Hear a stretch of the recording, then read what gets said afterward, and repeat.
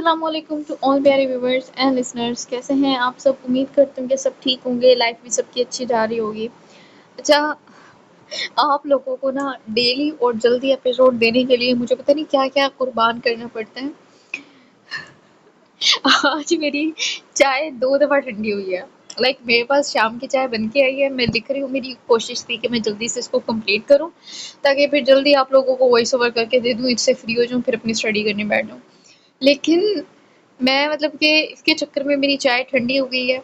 بھابھی کو میں نے کہا ہے کہ پلیز آپ مجھے یہی گرم کر کے دے دیں، نہیں نہ بنائیے گا۔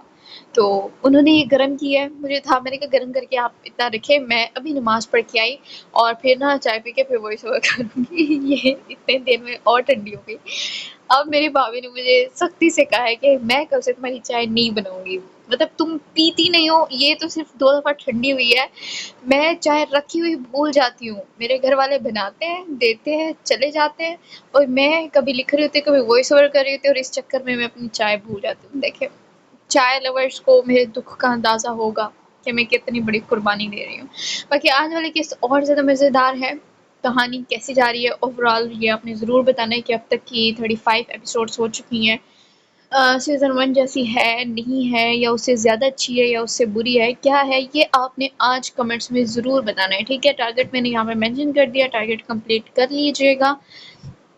اوکے، سو ہم لوگ سٹارٹ کرتے ہیں آج کے ایپیسوڈ، جس میں بھی سسپینس ہے، اور ایسا سسپینس جو آپ کو بے چین کر دے گا۔ سیماب نے کانوں پر ہاتھ رکھ لیا تھا، بدن پورا جیسے زلزلے کی زد میں آ گیا تھا۔ ایسی فائر کی آواز اس کے کانوں کو سن کر گئی تھی۔ اس نے دھیرے سے ہمت کرتے سر اٹھا کر اوپر دیکھا۔ اس کے سامنے بیلا کھڑی تھی، لیکن اسے چھوڑے سیماب کی نظر اس کے آگے کھڑے داراب پر پڑی، جس کا ایک ہاتھ کلاشنکوف کی نال تھامے ہوا میں بلند تھا۔ فائر اوپر ہوا تھا، لیکن بیلا کے دل پر زخم کر گیا تھا۔ وہ سانس روکے کھڑی، ہونکوں کی طرح داراب کی پیٹھ دیکھے گئی۔ دل دھڑکنا بھول چکا تھا، ایسے جیسے وہ اب کبھی نہیں دھڑک سکے گا۔ زریاب نے شعلہ بار نگاہوں سے داراب کو دیکھا، جس پر وہ فوراً سے سر جھکا گیا۔ I'm so sorry لالا، لیکن اگر اس نے کچھ غلط کیا ہے تو اس کی سزا میں اسے دینا چاہتا ہوں، پلیز۔ وہ سر جھکائے نہایت عاجزی سے کہہ رہا تھا۔ وہ کبھی زریاب کے سامنے کسی فیصلے میں کھڑا نہیں ہوا تھا، لیکن آج اس کے پیچھے کھڑی لڑکی اس کے نام پر بیٹھی تھی۔ 3 بول بولنے سے پہلے وہ اس کی عزت کے نام ہو گئی تھی، جس کے لیے اسے آج کھڑا ہونا پڑا تھا۔ دفع کر اس کو ہمارا نظروں کے آگے سے۔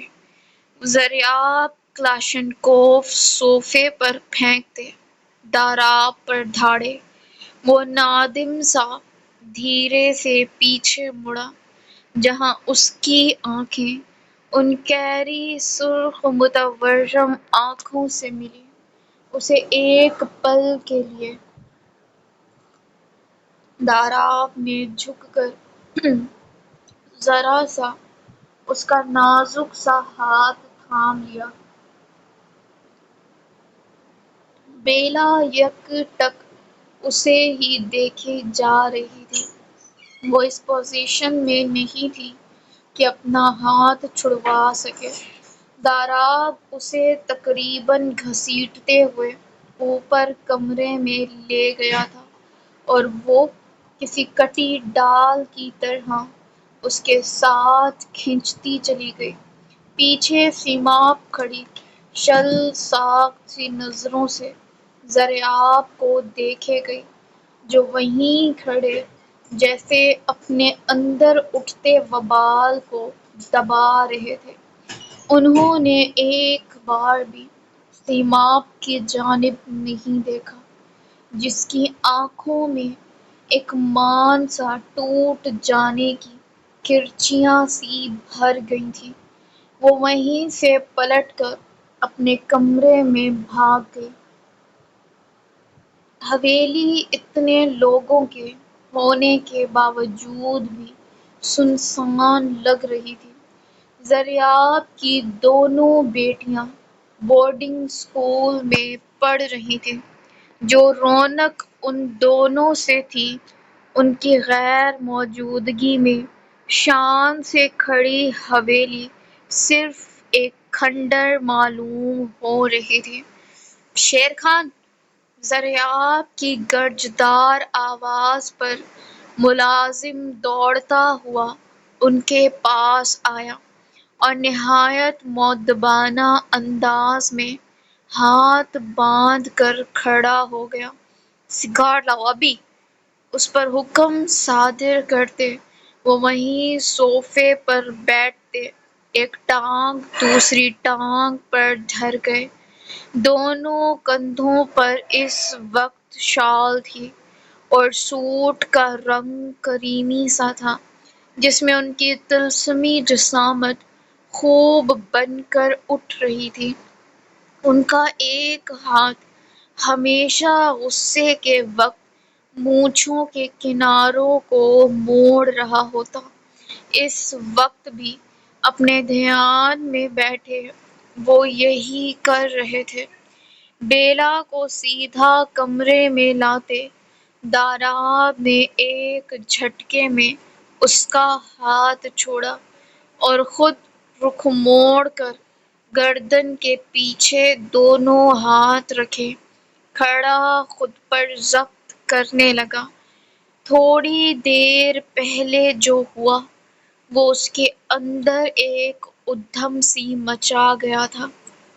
دماغ جیسے بالکل سن تھا، کچھ بھی سمجھنے یا سوچنے سے بالکل قاصر۔ بیلا اس کا ہاتھ چھوڑ دے بے جان سی بیڈ پر بیٹھ گئی تھی۔ آنکھوں سے اب پانی نکلنا بند ہو چکا تھا، وہ بالکل گم سم سی تھی۔ داراب نے مڑ کر پیچھے دیکھا۔ جب نظر بیلا کے چہرے پر پڑی، اس کے گال پر اتنا بھاری ہاتھ پڑتے وہاں سے تھوڑی سی کھال جیسے اتر سی گئی تھی۔ یہ دیکھ داراب کی آنکھیں متحیر سی پھیلنے لگیں۔ وہ شل ساکت بیٹھی، کوئی درد محسوس نہیں کر رہی تھی۔ داراب کو حیرت ہوئی۔ وہ جا کر اس کے لیے ڈریسنگ ٹیبل کے دراز میں زخموں والی ٹیوب ڈھونڈنے لگا، لیکن وہاں وہ نہیں تھی۔ وہاں صرف چوڑیاں بھری تھیں، ایسے جیسے بیلا کو چوڑیوں کا بہت شوق ہو۔ وہ ان کو چھوڑے بیڈ کے سائڈ ٹیبل میں دیکھنے لگا۔ بیلا نے مڑ کر ایک بار بھی نہیں دیکھا کہ وہ کر کیا رہا ہے۔ اس کی تو پلکیں بھی نہیں جھپک رہی تھیں۔ داراب کو ٹیوب مل گئی تھی۔ وہ لے کر بیلا کی جانب آیا۔ یہ لگا لو، زخم ٹھیک ہو جائے گا۔ اس کا لہجہ کسی بھی احساس سے عاری تھا۔ ہمدردی تو کہیں سے نہیں تھی، لیکن آج نفرت کا عنصر بھی شامل نہ تھا۔ بیلا نے نظر اٹھا کر اسے دیکھا۔ داراب اس کی نگاہیں اٹھتے دیکھ پلٹنے ہی لگا تھا، جب بیلا نے بجائے ٹیوب پکڑنے کے اس کا ہاتھ تھام لیا۔ اس کے ہاتھوں کا نرم لمس خود کے ہاتھ سے لگتے داراب نے ٹرانس کی سی کیفیت میں گردن موڑ کر اسے دیکھا۔ اس کے دیکھتے ایک خاموش سیلابی ریلا بیلا کی آنکھوں کی باڑ توڑتے تیزی سے رخسار پر بہا۔ آج یہ تھپڑ ہم کو نہیں، تمہاری غیرت کو پڑا ہے داراب خان۔ اس کے الفاظ اور لہجہ دونوں زخمی تھے۔ داراب کو لگا وہ سانس نہیں لے رہا، وہ اپنا ہاتھ نہیں چھڑوا پایا۔ بیلا اس کی خاموشی پر اپنا ضبط توڑتی شدت سے رو پڑی۔ ہاتھ لرزنے لگے تھے جو داراب کو بآسانی محسوس ہو رہے تھے۔ اس کا دل بیلا کے لیے پہلے سے کچھ نرم پڑا۔ اس کے آنسو اس بات کی گواہی تھے کہ وہ بے قصور ہے۔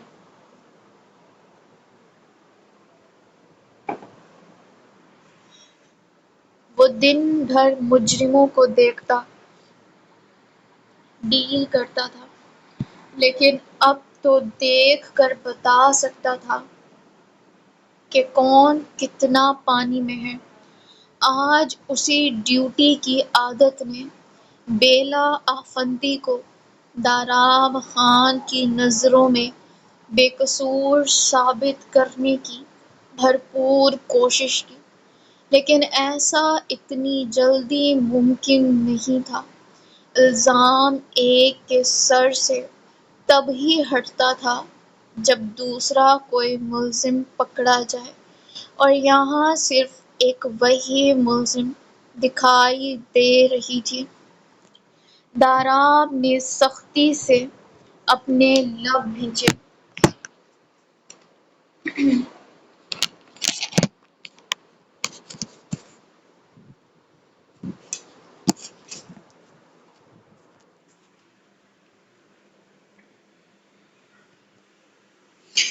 بیلا اس کے ہاتھ پر اپنی پیشانی ٹکائے سسکیوں میں رو رہی تھی۔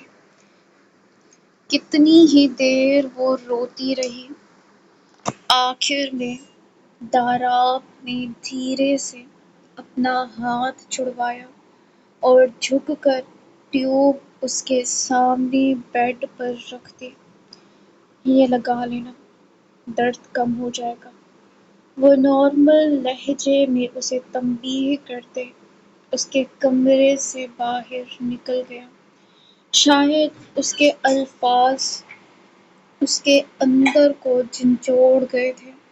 اس کے جاتے بیلا نے اس ٹیوب کو دیکھا اور چند پل دیکھتی رہی۔ جب اس کے اندر غصے کا ایک شدید طوفان سا برپا ہوا، اس نے ہاتھ مار کر وہ ٹیوب فرش پر پھینک دی اور اپنا آپ چھپاتے مزید شدت سے رو دی۔ ہم تم کو نہیں چھوڑیں گے دریاب خان، تم نے اچھا نہیں کیا اچھا۔ اس کی رو رو کر گھگی سی بندھ چکی تھی، آنکھیں سرخ جیسے اب ان سے خون چھلکے گا۔ ایسا تھپڑ تم کو مارے گا کہ اس کا گونج پورا شہر کو سنائی دے گا۔ یہ وعدہ ہے میرا تم سے۔ وہ ہچکیاں لیتی اس ٹیوب کو سرخ آنکھوں سے ایسے دیکھ رہی تھی جیسے وہ خود دریاب خان آفندی ہو۔ کوئی اس وقت اس کی آنکھوں میں اترا خون دیکھ لیتا تو اس کی آواز میں چھلکتی دہشت بھانپ لیتا۔ یقیناً دریاب کو کہتا کہ معافی مانگ لو، ورنہ وہ عورت ہے، مرد کی طرح بدلہ نہیں لیتی، اس کا بدلہ زندگیاں تباہ کر دیتا ہے۔ وہ تکیے پر سر رکھے کتنی ہی دیر روتی رہی۔ آج ہر آنسو اس کے اندر بھڑکتی آگ کو مزید بھڑکانے کا کام کر رہا تھا۔ رات کی تاریکی نے سب کو چھپ جانے کے لیے خبردار کر دیا تھا۔ ایک بات یہ بھی تھی کہ اگر رات نہ ہوتی تو شاید دماغ کو سکون نہ ملتا۔ انسان جتنا اس سے سوچنے کا کام لیتا ہے، یقیناً اس نے ایسے ہی پھٹ پڑنا تھا۔ وہ نائٹ گاؤن پہنے ڈریسنگ ٹیبل کے آگے بیٹھی ہاتھوں پر لوشن مل ہی رہی تھی جب کمرے کا دروازہ کھلا۔ سیماب نے مرر میں ہی نظر ڈالتے پیچھے دیکھا جہاں سے دریاب کمرے میں داخل ہوئے۔ انہوں نے شال کاؤچ پر رکھتے قمیص کے بٹن کھولنے شروع کیے۔ جسے دیکھ سیماب خاموشی سے اٹھ کر وارڈروب سے ان کے لیے کپڑے نکالنے لگی۔ ان کی ضرورت کی ساری چیزیں رکھ کر وہ واپس سے ڈریسنگ ٹیبل کے پاس آ گئی۔ دریاب نے ایک بار بھی اس کے چہرے کی جانب نہیں دیکھا تھا۔ اگر دیکھ لیتے تو شاید علم ہو جاتا کہ آج وہ یہ سب کام محبت میں نہیں غصے میں کر رہی ہے۔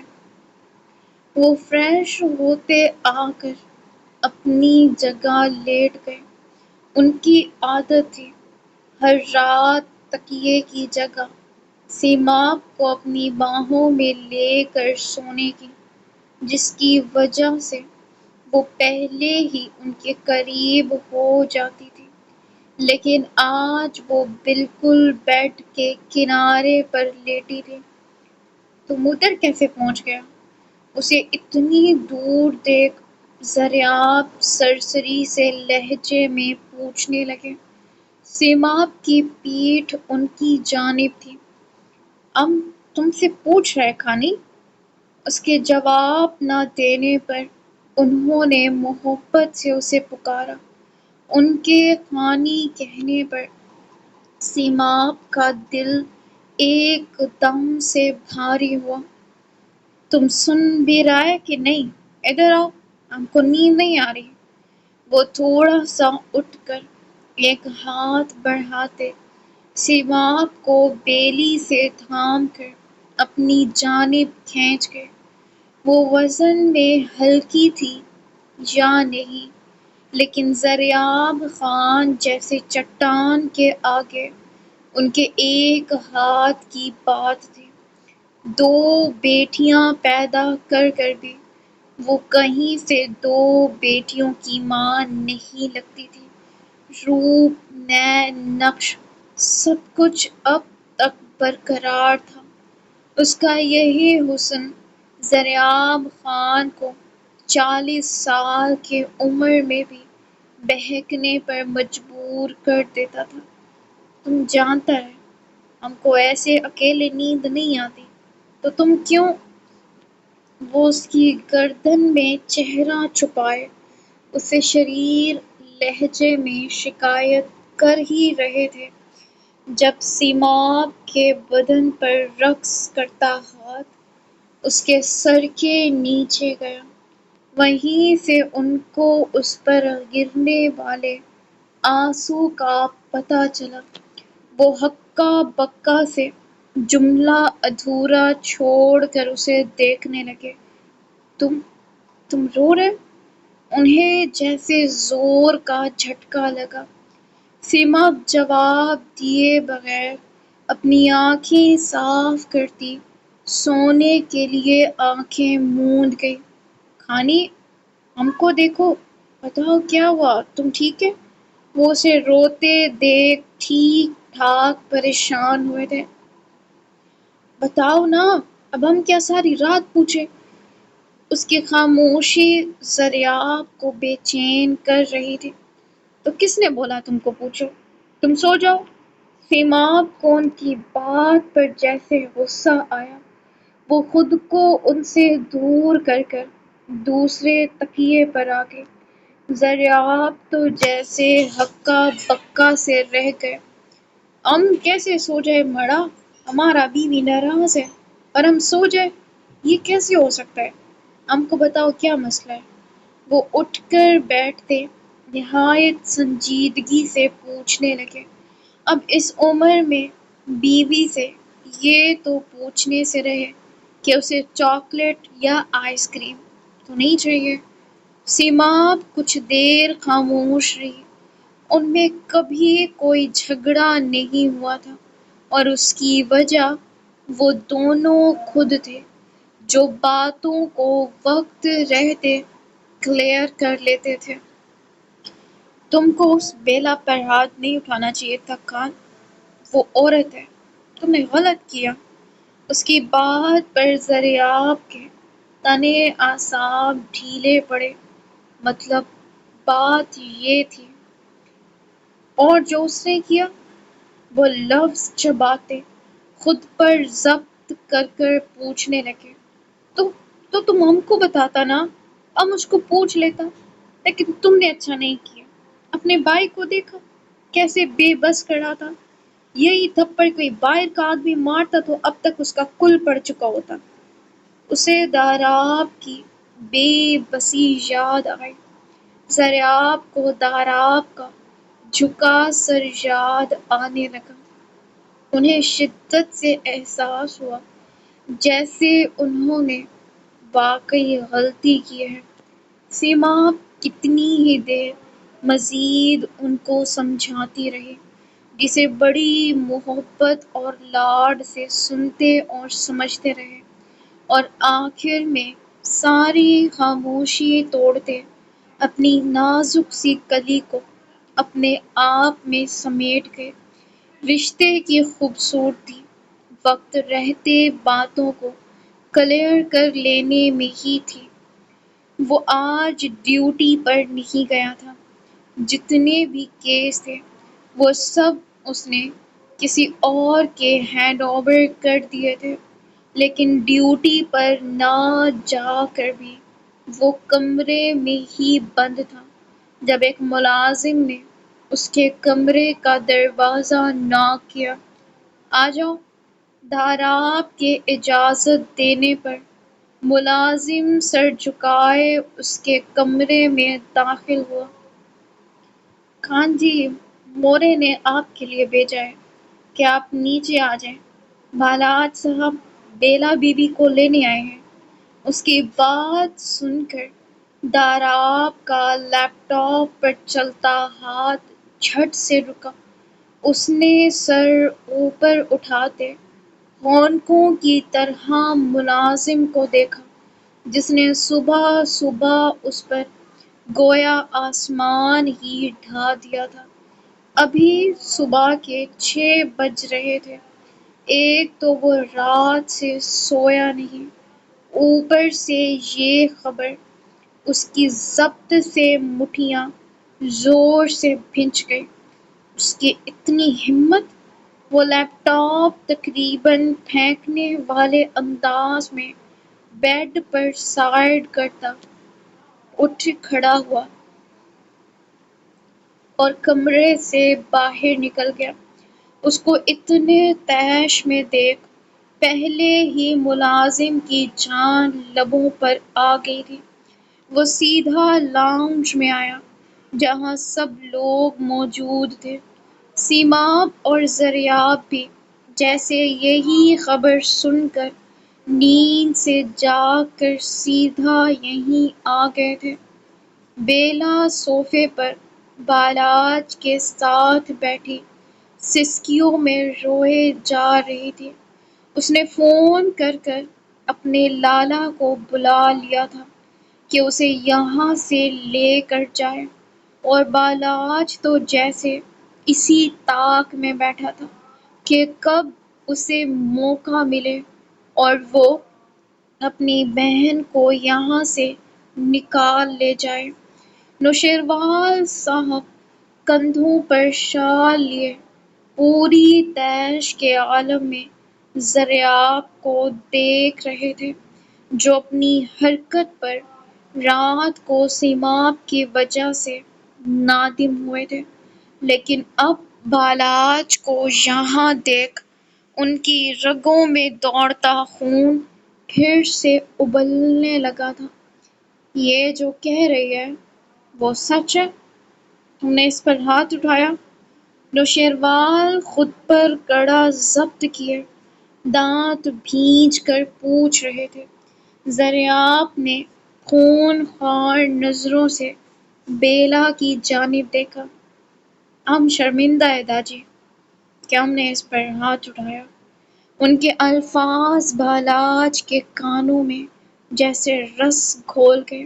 ایک الگ ہی نشہ تھا ان بھائیوں کو جھکتے دیکھنے کا، لیکن یہ نشہ بھی تھوڑی دیر کا ہی تھا۔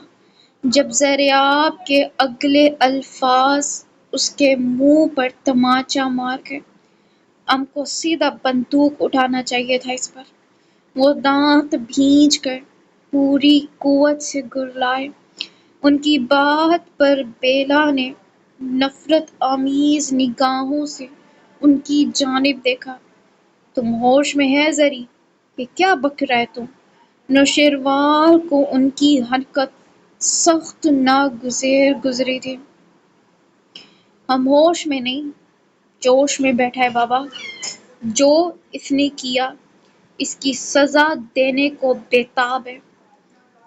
اس کو ادھر سے شکل گم کرے، ورنہ صبح صبح ہمارا میٹر گم گیا تو ایک شیطان زمین سے کم ہو جائے گا۔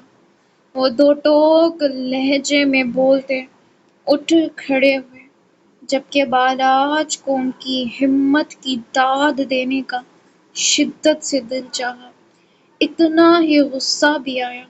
وہ نوشیروال صاحب کو اب دونوں چھوٹے بیٹوں کے لیے استعمال کر سکتے تھے، لیکن ان کا بڑا بیٹا ہاتھ سے نکل رہا تھا۔ کاکا، ہم کو ادھر سے جانا ہے۔ بیلا روتی ہوئی ان کی منت کرنے لگی۔ سب نے اس کی جانب دیکھا۔ دریافت کا تو جیسے دماغ ہی کھول اٹھا تھا۔ داراب خاموش کھڑا، خود پر ضبط کیے وہ سب دیکھ رہا تھا۔ اس کی نگاہیں بیلا پر ہی ٹکی تھیں۔ وہ خاموشی سے اپنا ناشتہ ختم کر رہا تھا جب جمل کے پکارنے پر اس کی جانب متوجہ ہوا۔ آپ حویلی جائیں گے؟ وہ سنجیدگی سے پوچھ رہی تھی۔ باقی سب خاموشی سے اپنا اپنا ناشتہ کر رہے تھے۔ کام ختم کر کر وہ دھیمے لہجے میں جواب دیتے نیچے دیکھنے لگا، جہاں زالیں گھٹنوں کے بل چلتی ڈائننگ ٹیبل کے نیچے سے آ کر اپنے ببا کے شوز کو چھو رہی تھی۔ ارے میرا بیٹا یہاں کیا کر رہا ہے؟ اپنی شہزادی کو دیکھ اس کی ساری پریشانی پل میں زائل ہوتی، چہرے پر مسکراہٹ نے جگہ بنا لی۔ زالے کو اپنی گود میں لیتے اس نے ڈھیر سارا پیار کیا۔ زامل کے اپنے ہی سرچ آپریشن چل رہے تھے، جس کی وجہ سے وہ کسی کو نہیں دیکھ رہا تھا۔ یہ چھوٹا فتنہ کہاں گم ہے؟ اب تک شور نہیں مچایا کہ سارا پیار ببا کا زالیں لے رہی ہے۔ یاقوت نے نظریں گھما کر زامل کو تلاش کیا اور جلد ہی اس میں کامیاب بھی ہو گیا۔ وہ پلر کے پیچھے چھپا تھوڑا سا نظر آ رہا تھا۔ یاقوت اسے ایسے ساکت بیٹھے دیکھ تھوڑا ٹھٹک سا گیا اور اٹھ کر اس کے پاس گیا۔ اسے جاتے ہوئے دیکھ سب دیکھ رہے تھے۔ یاقوت جیسے ہی اس کے قریب پہنچا، اس کی آنکھیں ایک دم سے پھٹ گئیں، کیونکہ زامل کے سامنے دو نارمل سائز کے انسیکٹس پڑے تھے جن کی آپس میں ہاتھا پائی ہو رہی تھی۔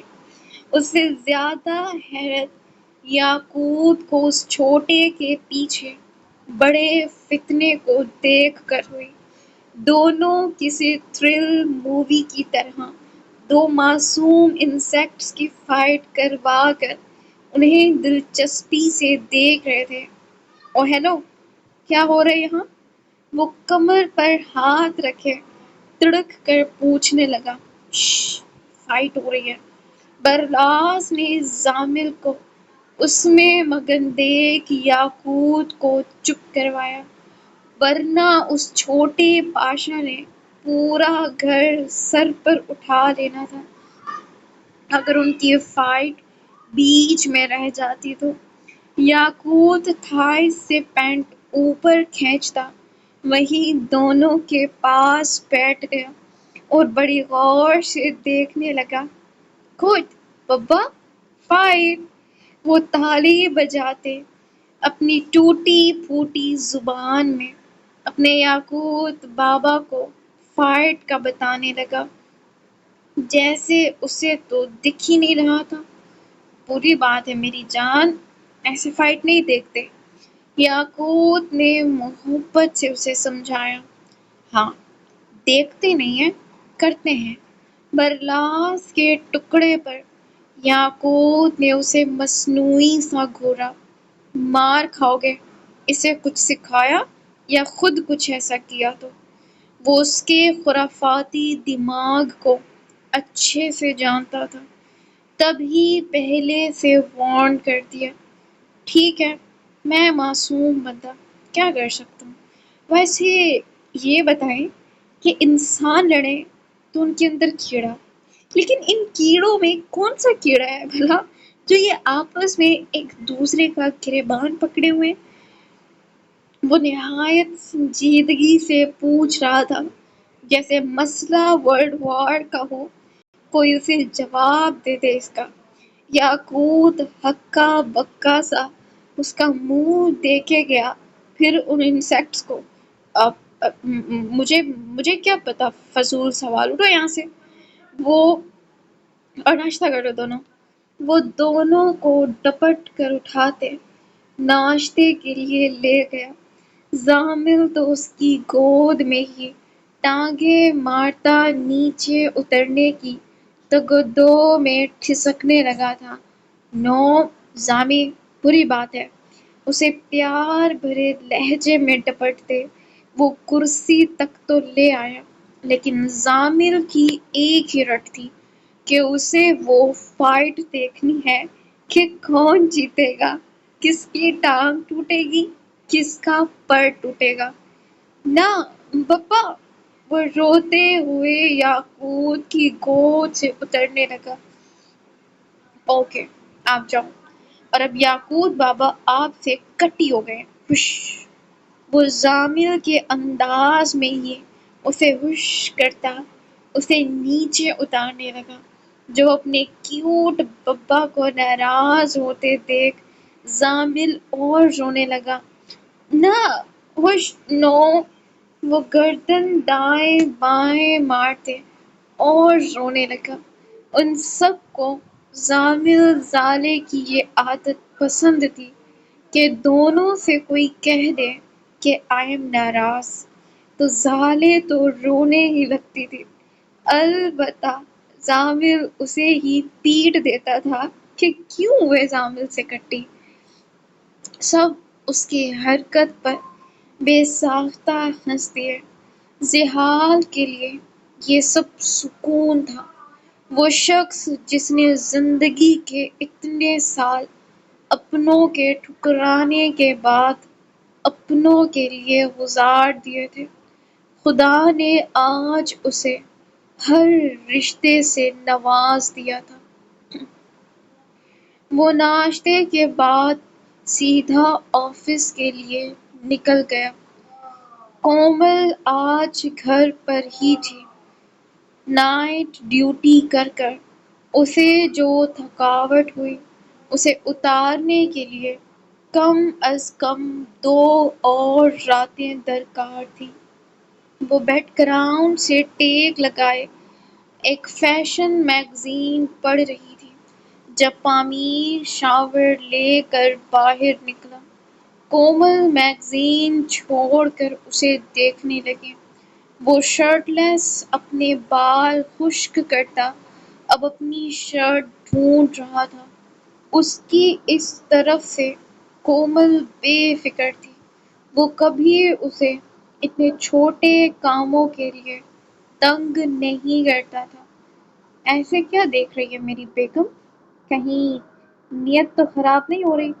وہ شرٹ کے بٹن بند کرتا شریر انداز میں استفساریہ پوچھنے لگا، اور تمہیں یہ خوش فہمی کیوں ہوئی؟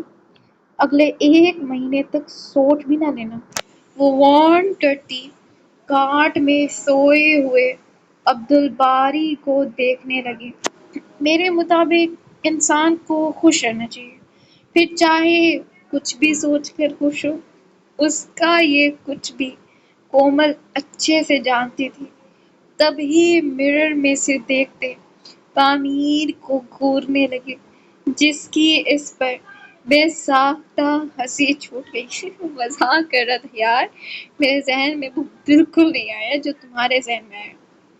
اس کی بات سن کر کومل تو مانو سیک پا ہو گئی تھی، لیکن یہ وقت نہیں تھا۔ اس کے ذہن میں اور بہت کچھ چل رہا تھا۔ تم سے ایک بات پوچھوں؟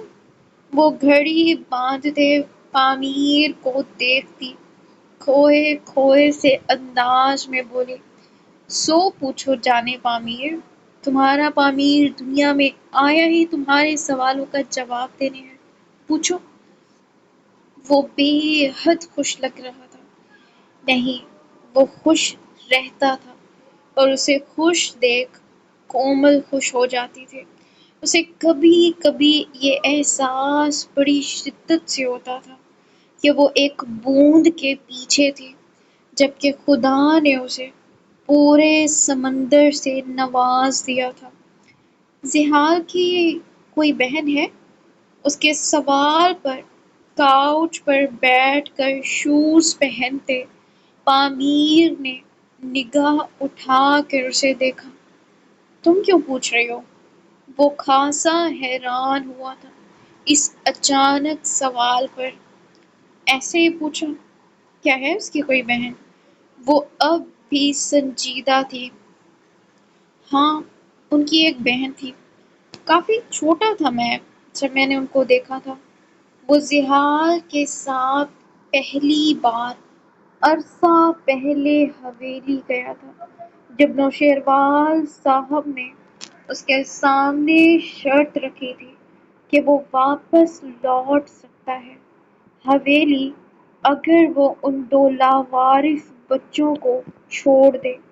لیکن تب اس شخص نے ان دونوں کی آنکھوں میں دیکھا تھا جہاں صرف اسے لے کر امید تھی۔ اس کے دائیں جانب یاقوت کھڑا تھا اور بائیں جانب پامیر۔ دونوں نے زحال کا ایک ایک ہاتھ تھام رکھا تھا۔ میں ان کو نہیں چھوڑ سکتا بابا، میرے بھائی ہیں یہ، وہ اپنے باپ کے سامنے کھڑا بول رہا تھا۔ تب ایک لڑکی پیچھے سے نوشیروال کے ساتھ آ کر کھڑی ہو گئی تھی۔ رہنے دے بابا، ہم ان کا بھی خیال رکھ لیں گے۔ اس کا لب و لہجہ بھی پیور پٹھانوں والا تھا۔ وہ کمسن پیاری سی نازک سی لڑکی تھی۔ تم چپ کرو مڑا، یہ ادھر ہرگز نہیں رہ سکتا۔ یہ ان کا حتمی فیصلہ تھا، جس کے بعد زحال نے ان کی جانب صرف ایک مسکراہٹ اچھالی تھی اور اپنے بھائیوں کو لیتے وہاں سے نکل گیا تھا۔ کیا سوچ رہے ہو؟ اسے گہری سوچ میں ڈوبے دیکھ کومل نے اسے پکارا، جس پر پامیر ہوش کی دنیا میں آتے اسے دیکھنے لگا۔ اسے یہ بھی نہ پتہ چلا کہ اس کی آنکھوں میں کب نمی اتر آئی۔ سوچ رہا ہوں ہمارا کیا ہوتا اگر زحال بھائی نہ ہوتے۔ اسے وہ سڑک پر گزاری راتیں یاد آئی، اس کے لہجے کو بھیگتے دیکھ کومل اٹھ کر بے اختیار اس کے پاس آ کر بیٹھ گئی۔ کچھ نہیں ہوتا، وہ اللہ ہے نا۔ وہ اس کے کندھے پر تھوڑی ٹکاتی پیار اور مان سے بولی۔ امیر نے مسکرا کر اس کے ماتھے کو چوم لیا۔ اسی اللہ نے ہمیں یہ شخص دیا ہے جو ہمارے لیے ماں باپ دونوں ہیں۔ اس کا ایک ایک لفظ زحال کی محبت میں ڈوبا ہوا تھا۔ کومل اس کے ساتھ بیٹھی گہری سوچ میں پڑ گئی۔ اگر اس کا اندازہ ٹھیک تھا تو ویسا کچھ کیوں نہیں تھا جیسا ہونا چاہیے تھا؟ وہ مزید الجھ گئی تھی۔ ایک بات کہوں؟ وہ پامیر کو اٹھتے دیکھ پھر بولی۔ بولو جان، ایک کی جگہ 100 بولو۔ وہ اپنے بال بناتے بے حد محبت بھرے لہجے میں بولا۔ زحال کی بہن ہاسپٹل میں ہے۔ اس کی بات پر پامیر کا برش کرتا ہاتھ رکا۔ اس نے گردن موڑ کر کومل کی جانب دیکھا۔ سو ویورز، یہ تھی آج کی ایپیسوڈ۔ امید کرتی ہوں کہ آپ کو پسند آئی ہوگی، اور یہ بھی بتانا کہ سسپینس کیسا لگا ہے۔ کل والی ایپیسوڈ اتنی کوئی تھرل ہونے والی ہے نا کہ آپ کی سوچ ہے پڑھ کے آپ کو چف آ جانی ہے، بس ٹارگٹ کمپلیٹ کرنا ہے۔ نیکسٹ ایپیسوڈ بھی اپنے ٹائم پر آ جائے گی۔ ٹیک کیئر، اللہ حافظ۔